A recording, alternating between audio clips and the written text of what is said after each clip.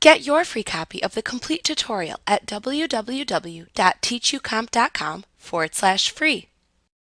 You can reposition the image within the window if you can't see all of the image at the current magnification level. To do this, click the Hand tool in the toolbox. When you roll your mouse pointer back over the magnified image, you will see it turn into a hand icon. Click and drag to move the image around within the picture frame. This is a very handy tool to use when you must select something off to the side of the window frame when you are zoomed in very close. To activate the Hand tool when you have another tool selected, hold down the spacebar key on the keyboard and then click and drag to use the Hand tool. When you release the spacebar key, whichever tool you were previously using will be re-enabled. You can also use the Navigator panel to move around, select different parts of the image to view, and change your magnification.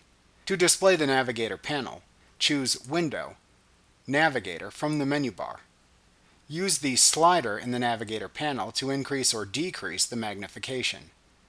The content displayed in the image window is the same area enclosed by the red box in the Navigator panel.